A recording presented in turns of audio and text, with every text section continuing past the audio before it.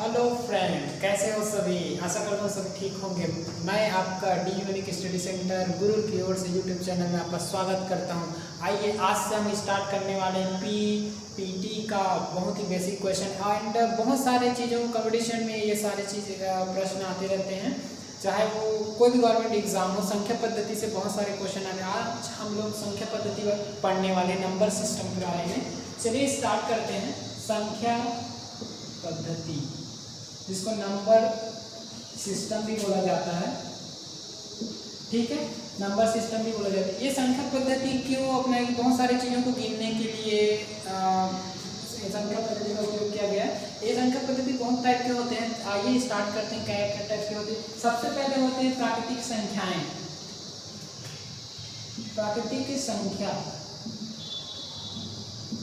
पहला होती है प्राकृतिक संख्या, जिसको नेचुरल नंबर भी बोला जाता है।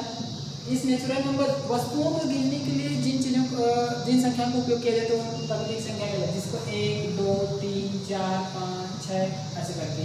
हाँ, इसमें एक बहुत जबरदस्त क्वेश्चन ये आता है, कई बार पूछा गया है कि सबसे छोटी प्राकृतिक संख्या क्या है। तो सबसे छोटी प्राकृतिक संख्या क्या है? 1 है। अब अगर आपको मैं पूछूं कि 1 क्या है, तो आपको याद रखना है कि वो सबसे छोटी प्राकृतिक संख्या है। तो इसी प्रकार से दूसरा जो आता है वो पूर्ण संख्या आता है। पूर्ण संख्या, जिसको होल नंबर भी बोला जाता है। पूर्ण संख्या अर्थात ये स्टार्ट होता है 0 से लेकर 0 से लेकर 1 2 3 4 5 6 ऐसे करके। अब इसमें भी एक क्वेश्चन आता है कि सबसे छोटी पूर्ण संख्या क्या है, तो वो क्या है? 0 है, 0 है। इसी प्रकार से नेक्स्ट आगे बढ़ते हैं। पूर्णांक आता है, पूर्णांक संख्या। पूर्णांक संख्या इसको भी याद रख सकते हैं, -0 प्लस ऐसे याद रख सकते हैं। अर्थात ये माइनस से लेकर प्लस तक की संख्या है, अर्थात ये धनात्मक पूर्णांक भी होती है और ऋणात्मक पूर्णांक। आपने देखा -2 + 2 -3 + 3 ऐसा सुना हमने। तो ये सारी चीज़ें इसी का है। इसी के बाद और टाइप के बहुत सारे आते हैं, जैसे सम संख्या भी आता है। अब जानते हैं सम संख्या क्या है? वे संख्याएं जो 2 से डिवाइड होती हैं वो सम संख्या कहलाती है। 2 से डिवाइड होते हैं। अगर 4 को पूछो 4 क्या है, तो ये एक सम संख्या क्या 2 से डिवाइड होती है? बिल्कुल है, 2 से डिवाइड होती ऐसा करके। तो सम संख्या जो 2 से डिवाइड, इसको अधिकतर हम लोग 2m के शो में लिखते हैं। इसी प्रकार से विषम संख्या जो 2 से डिवाइड नहीं होती, इसको आप याद रखेंगे 2m-1, इसका फार्मूला है। चाहे यहाँ पे 1 2 3 करके आप रख सकते हैं, तो ये इसका निकल सकता है, ठीक है। अब हम लोग जो बेसिकली चीज़ें हैं उनको आप पढ़ने वाले हैं। चलिए आज स्टार्ट करते हैं। बहुत सारी चीज़ हैं जो हमको अभी पढ़ना है।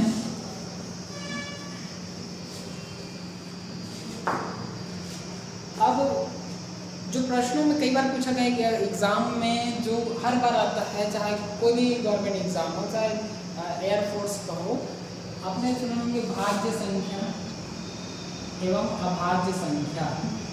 इससे बहुत सारे क्वेश्चन आते हैं। इस टॉपिक का जो सबसे मोस्ट इम्पोर्टेंट क्वेश्चन यही से उठता है। भाज्य संख्या वे संख्या जो स्वयं के अलावा, स्वयं से कोई जाता है, स्वयं के अलावा दूसरी संख्या से भी भाग जाए, वो कहलाते हैं भाज्य संख्या।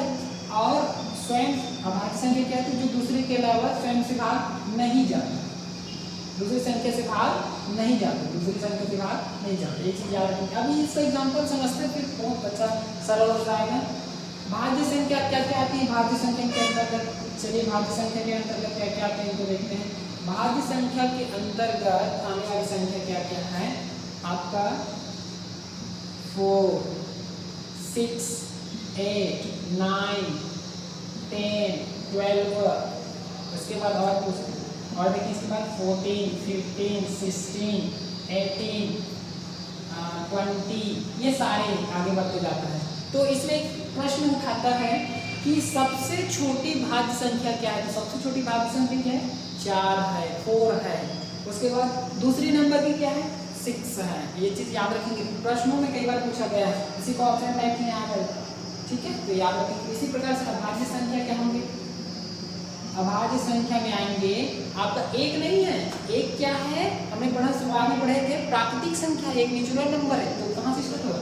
2 3, उसके बाद 3 के बाद क्या आएगा? 5, उसके बाद 7, उसके बाद 8 भी नहीं आएगा, 9 भी नहीं आएगा, 10 भी नहीं आएगा, क्या आएगा? 11, उसके बाद 12 भी नहीं आएगा, 13, उसके बाद 14, 15, 16 भी नहीं, 10 केवल आएगा 17, उसके बाद 18 भी नहीं, 19, ये सारे। तो इसमें एक सबसे बहुत इंपॉर्टेंट वाला जो क्वेश्चन आया है, सबसे छोटी अभाज्य संख्या का नाम बताइए, वो क्या है, या फिर कौन सी संख्या है, तो वो क्या है 2। सबसे छोटी अभाज्य संख्या क्या है 2।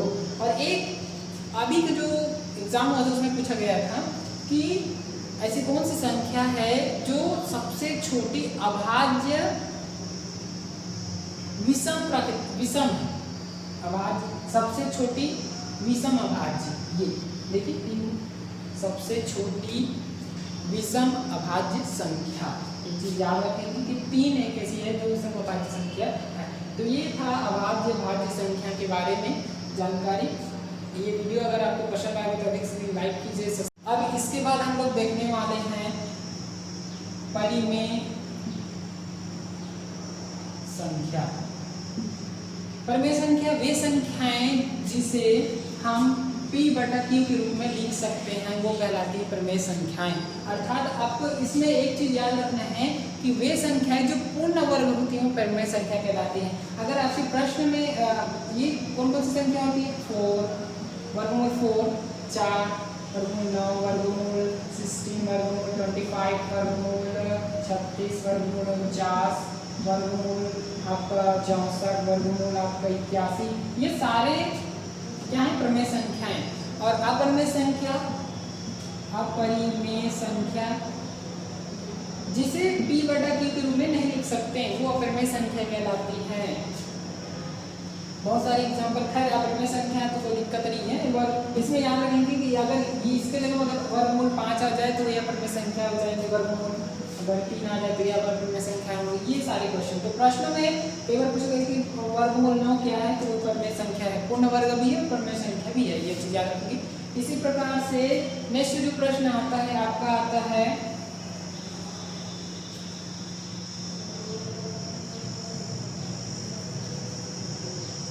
इसके बाद आपका जो एक प्रश्न आया है और बहुत ज्यादा योज्य प्रतिलोम। योज्य प्रतिलोम क्या होता है, इसके बाद ये याद रखिए योज्य प्रतिलोम, जैसे आपका अगर धन 5 है तो इसका योज्य प्रतिलोम भी 5 होता है। अगर धन 6 है अगर प्लस 6 है तो ये -6 हो जाएगा।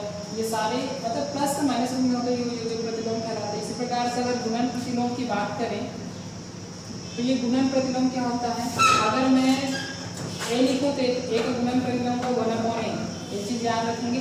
अगर 1/5 लिखूँ तो इसका गुणन प्रतिलोम केवल 5 होता है। ये सारे क्वेश्चन हैं जो आपको तैयारी करना है। और अगर ये चैनल आपको अच्छा लगा तो सब्सक्राइब कीजिएगा। और इसी प्रकार से मैं नेक्स्ट वीडियो इसका लाकर अभी